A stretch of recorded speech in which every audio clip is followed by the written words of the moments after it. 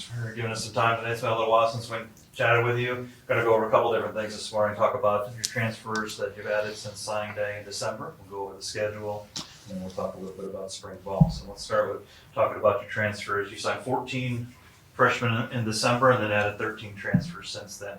Can you talk to us just a little bit about those transfers and what they bring to the program?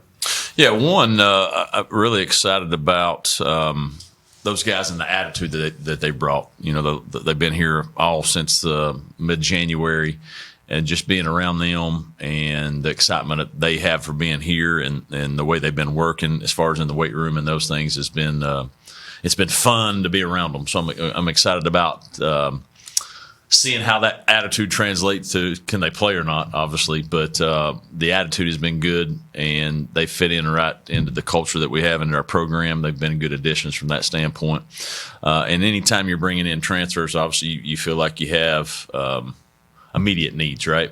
And so hopefully with the guys that we brought in, you will see those guys all be some type of contributor this year, and whether that's a starter, all of them are coming to start. You know, they all want to start. Whether that's a starter, whether it's a key backup, whether that's playing every special team, all these guys need to be able to play this year. And it was imperative that we got the guys that we got in. And if you look at the breakdown of it, we brought in 3 O linemen. Obviously, we lost some O linemen from that standpoint. So we brought in 3 guys that we felt like could come in and that have played some at their other schools, have had production at their other schools, which was important. And so getting a chance for Coach Durkin to work those guys was a big deal. Brought in 2 wide receivers, continuing to try to improve that room, guys that can help us continue to make plays downfield is big. I think the 2 guys there have been, as far as attitude wise and the work ethic, has been great. Brought in a running back there to continue to build our depth from a running back position. Evan was actually committed to us at another institution, so we've known him specifically, so excited about him. 2 linebackers we brought in that actually played together, and so they know each other, which has been unique. They've got a great bond already. And then we brought in 1 defensive back, and we've got to continue to bring in a couple more there, guys. And then we brought in 2 quarterbacks to compete for a starting job. And so we had a lot of the positions there that we needed to hit on, and we've definitely hit on the right attitudes, the right mindset. And so hopefully those attitudes, those mindsets, hopefully they translate to those guys playing well. But 1 day in from spring, you like what you see. We look the part right now, so we'll see. We've not hit anybody yet, so we'll see what happens. You mentioned the quarterbacks, brought in 2 guys there. What are your thoughts on them? And then also, how do they fit into this room and the rest of the guys you have in that room that are returning? Yeah, so both of them are very intelligent. That came in as far as in the meetings and picking up the offense. They both have done a great job so far of picking that up. Now they're translating it to the actual practice, but as far as being able to show you what they need to do and doing it on the board, and understanding what we're trying to do, they both have got a good knowledge, which is good. Obviously, Ethan has played in a system that was some similarities before, so he has a good understanding of what we're trying to do from that standpoint. Michael, coming in, played in the bowl game and got some experience there. What I like about him is, one, he's been an awesome leader, but man, he wants to soak up everything. And so I think their attitudes, I think they're good fits, and I think they're going to raise their level of competition. Obviously, that's the most important position that we've got to try to figure out who the starter is there, and bring in the guys with the talent level they have, but also just really they care about teammates, they care about being a good quarterback, they care about being a good teammate, and you can see that they've in the short amount of time that they've been here, guys see how hard they work and see what's important to them, and it's been good to see from that standpoint. The receivers specifically, because they're going to be working with the quarterbacks so much, a big part of the passing game that was maybe people talked about last year was not as great as it was the year before. Do you feel like Casey and Jamari fit the needs to open up the passing game downfield, or are they kind of just a perfect fit through? We hope so. And they've shown that they have that ability. right? Casey's a little banged up coming in from an ankle that he got the last game that he played, so he's not completely full speed yet. He's practicing, but he's not completely full speed yet. But Jamari they both have good size. I think they both are good additions to what we already have in that room. But they're brought in to help us do that. So I hope that that's what they can. But I do believe they have the ability to do that. And we just got to put them in the right positions. And the whole key for these guys is the reason why they're leaving any place they leave is they want either more opportunity or maybe it's just not quite worked out for whatever reason at their other place, right? So we've got to do a good job as we're finding out who they are, but what puts them in the best position to maximize that talent they have, because they all have good talent. And maybe it's just not showing up consistently for whatever reason. Our job is to get that out of them, and their attitudes have been good. And so I'm excited about how much they can get better here. I think it was 2 years ago when you got here, linebacker was a big position of emphasis, and it really was last year too. Do you think, with these additions and some of the guys you've added previously, you're finally getting to a point in that room where you feel good in the spring and going into the season? Yeah, I think Coach Lynham and our defensive side have done a really good job. That was an area that was not very good from recruiting and period there. Linebacker lost a lot when I first got here, and so it's taken us a little while to really build some depth and get some guys that can play now, but also recruit a group that we feel like are young and can be pretty good.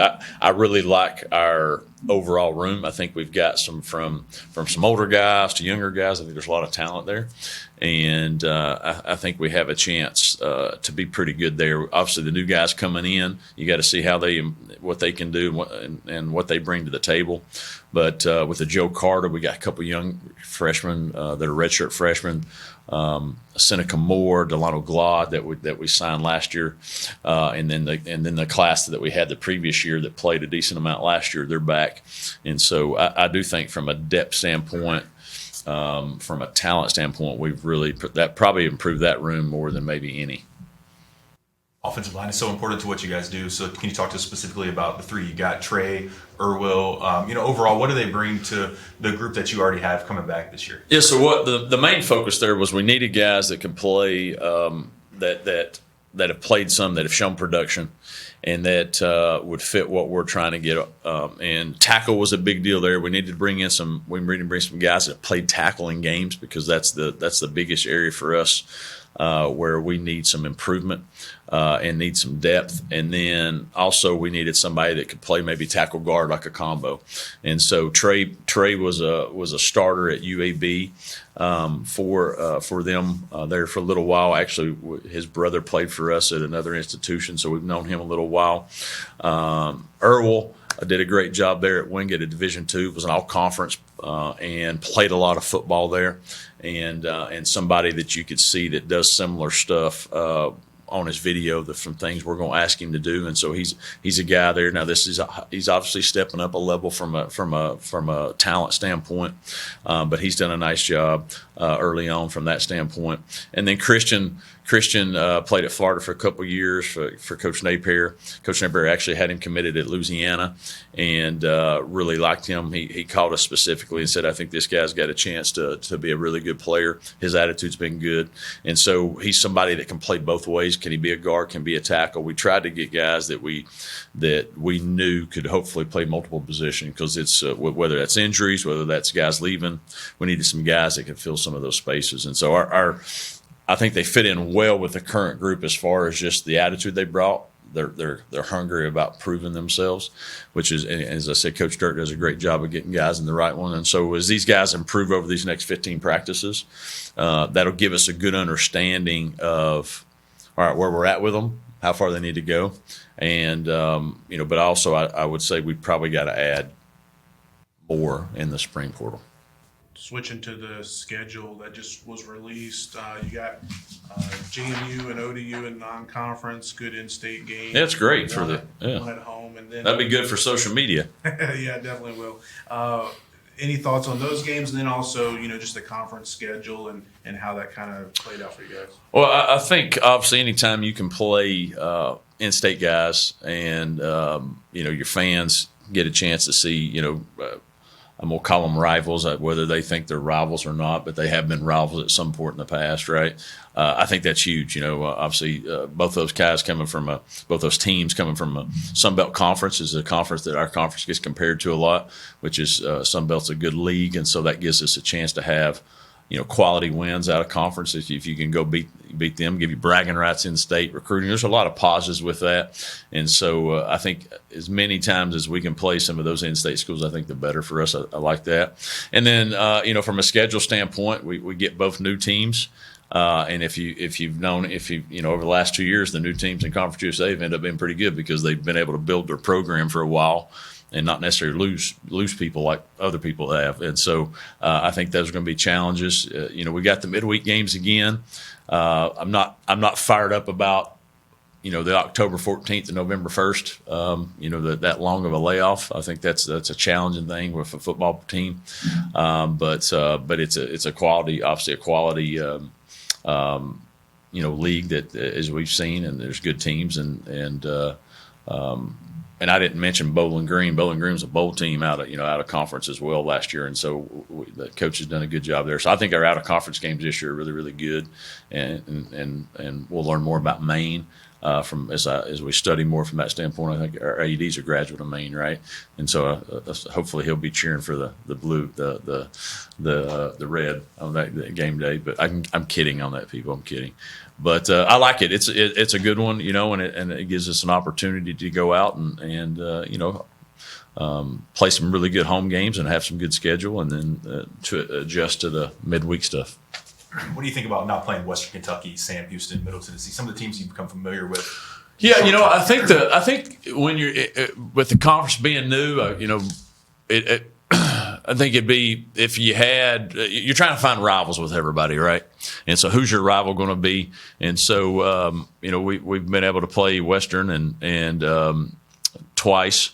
And so you're going to miss them this year. If you kept playing them, does that become a rival? I don't know. They're in the middle or big rivals, obviously, but does that become a rival? And I'm based off of my 2 years here, I think New Mexico State's probably a rival because we played them a lot, from that standpoint. Maybe it's Jack State, going forward. I don't know, but, you miss certain teams, and that's just the way it is. What we miss in Middle, Western, and Sam Houston, you're right. And so, that's the way it works, and so, but I think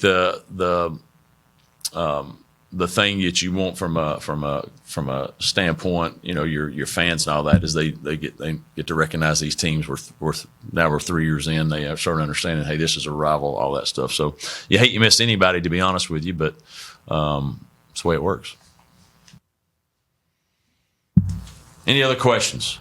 Spring ball, anything we need to talk about there? We started last night. Talk about spring ball, guys? Sure. Yeah. What time is it? I got one. You didn't show up, huh? Well, kids drop off. Okay. We're all over the place with school schedules. I hear that. That's why, we had to adjust our schedule based off the snow, too. Oh, it's glorious, let me tell you. I love snow days as a grown-up. The second game of the year, Jack State in conference. I know we're not at the one game at a time yet where you're not looking past the season opener, but what's your impression of having that type of a marquee matchup right on the schedule, right off the bat in conference play? Well, you got to be ready for that, obviously. Anytime you open up a conference earlier in the season, game one, game two, the importance of it, every game in conference is vital. And then playing down there, I'm assuming it'll be hot as Hades down there as well, so you start thinking about that as well a little bit, because it might not be as hot up here. But, you want to see what type of team you have right away. And from that standpoint, I think the urgency that you'll have of knowing that you've got, a conference game early, a big conference matchup, I think that if I'm a player and I'm opening a home game, I got Maine, who's a quality opponent, and then also I know I got a big conference game to give you a chance right away like that on the road in a hostile environment against the defending champions. I think it should give you some urgency as far as your fall camp and being ready to rock and roll and coming out of that be ready to play. So it's a good matchup right away. We'll see sort of what we're about right away. Coach, we got a couple more minutes. We'll open it up to questions about spring ball. How was first practice yesterday? What's your focus? Yeah, so we were supposed to start Wednesday, and then obviously the snow moved, so we actually practiced last night and a quick turnaround today. But it ran around well. I thought both sides of the ball and special teams. I thought there was a good understanding of what we installed. We didn't install a lot, but I thought there was a good understanding. Didn't have a lot of busted assignments. Guys were hustling the football. Not a lot of things that Liberty beating Liberty, which is important. That was a big emphasis for us this spring, is not beating ourselves as far as alignments and different things. And so today's in helmets again, and so you're able to execute, do a few things. Tomorrow, Saturday will be our third practice when we put on the pads, and I think that'll give us a decent understanding once the pads are on. Of some of the new guys and some of the young freshmen that redshirted to where they're at. That'll give us an understanding of how they what they know when they're out there and they actually have to do it. And it's not more of a controlled setting. Now, hey, let's move the ball up and down the field a little bit and see them respond. I think that'll give us a good understanding early on to see who's really studied over the last 4 or 5 weeks to put themselves in a position to make some moves here during spring. It's really a unique situation, especially compared to last year at quarterback with so many guys, guys that have had experience playing elsewhere and new here and a couple returners, a couple new guys. How do you try to divvy up those reps in spring ball to make sure everybody gets a fair shot, but also that you see enough that you need to see? You talking about quarterback or just quarterback? So, the plan right now, Ryan Berger is not practicing currently. Ryan's still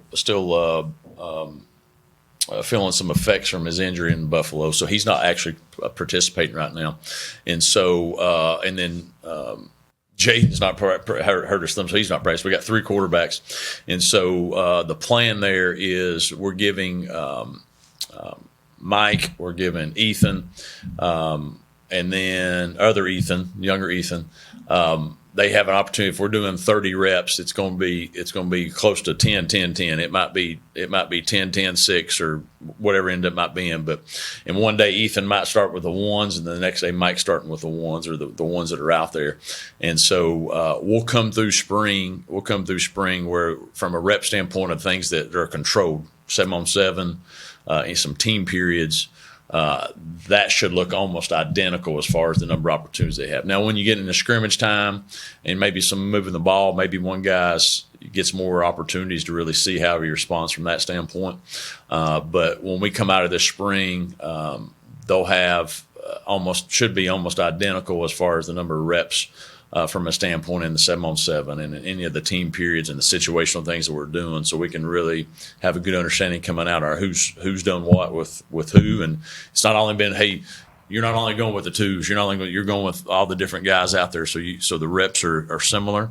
And then once we get into some scrimmage situations, I think who's playing well, then maybe they get a little bit more. Early on, we're going to try to keep it as same as we can, and then if somebody pulls away a little bit, hopefully that does happen.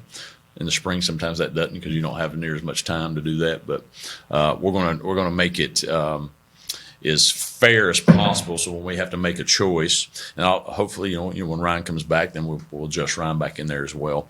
But that's the current one layup as it is right now until Ryan figures. Just 2 quick ones. I remember during the bowl game you moved Juju Gray to running back. Is that a permanent switch? Is he going to stay with the running backs? Yes, he's a running back now, and so that's where he'll be. We'll obviously still try to use him in some of the skill that he has, but we're gonna train him as a running back going forward. And then I guess just generally spring, a lot of people have a lot of opinions about spring ball, spring games now at this point. What are your general thoughts on what do you like to see out of spring ball now in comparison to maybe 10 years ago? Obviously, health, I'm sure. Yeah, I mean, obviously health's a big thing, but I think to me there's a lot of reasons people are trying to not do as much in spring because they want people to know who their players are and stuff. I still think your identity, because you no matter what happens in a portal, you still got a good amount of core guys here, right? And so your identity of your team, mastering the systems on offense, defense, special teams, fundamental things that help you win. Those things get established through spring. You can establish the weight room, you can do all those things, but there's something about having that opportunity to do what your video and you're studying all these things to actually do it and do it against other people and work on your craft, I think is vitally important. So for us, it's about mastering the systems It's about mastering the fundamentals that help lead to winning. Tackling, blocking, taking care of the ball, taking the ball away on defense. Those things, so we've emphasized that. And then earning your reps and earning your role. Our word this year is about earning the opportunity, earning the right to be a champion. And so we challenge the guys on, hey, you have to every day. You got to earn the opportunity. It's a privilege to be a Flame, and so earn that opportunity by the way you prepare. So those are the things we've really focused on this spring. I think are you going to be physical? All those different things, right? That teams need to still have. If you look at these teams that won all the championships, they're all physical groups, Super Bowl on down, right? Every level, and that's established. To me, that foundation is established through these spring practices. Coach, got time for one more. John's gonna. I want to ask you about the kicker position, who has moved on, but do you feel like you've got what you need in that room, or maybe you might go out in the spring and try to get someone, or what you I will definitely go out and bring in some more competition. Braden Beck's here, who's done some, and besides that, he's the only one that's kicked in a game at all. So we've got to go out and find somebody that's got some type of experience there from that standpoint. And so I would expect us to add in maybe another long snapper. Definitely another field goal kicker / kickoff guy, and then maybe another punter per se. We've got some guys here that are young, so and this will be their opportunity to see what they can do. But I do think we need to have some experience, so that'll definitely be something that we're working on from an addition standpoint once we get to the summer.